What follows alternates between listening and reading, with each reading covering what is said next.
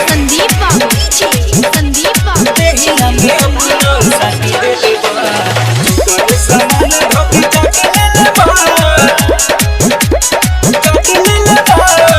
दिल्ली से आइल रहे हर बारी ओही रे रतिया में भइल गड़बड़ी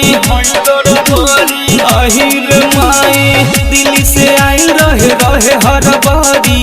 ओही रे रतिया में भइल गड़बड़ी सारा उजगहिया के छाट देले बा देहिया में अपना साट देले बा चिकन सामान धके चाट लेले बा देहिया में अपना साट देले बा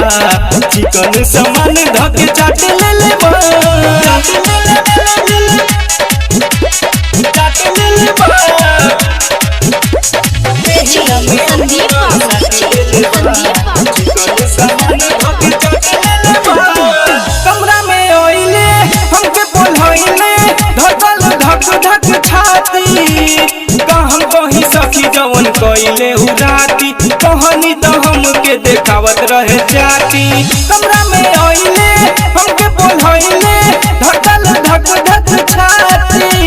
का हम कहीं सखी जवन कइले उ राती कहानी तो हमके देखावत रहे जाती ओही रे जबहिया दाँत काट लेले बा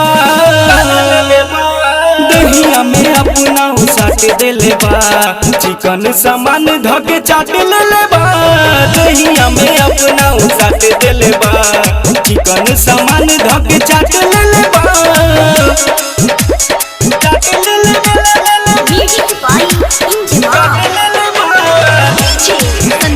संदीप बाबू देहिया में अपना साट देले बा चिकन सामान धके चाट लेले बा पूरा उठा के सिर पर सुता के पगले मामना भरा चानी छोड़ले न हमरा के केतनो हम कानी टूटल पसेना दहिया भइल पानी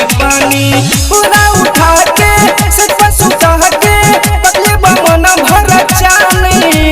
छोड़ले न हमरा के केतनो हम कानी टूटल पसेना दहिया भइल पानी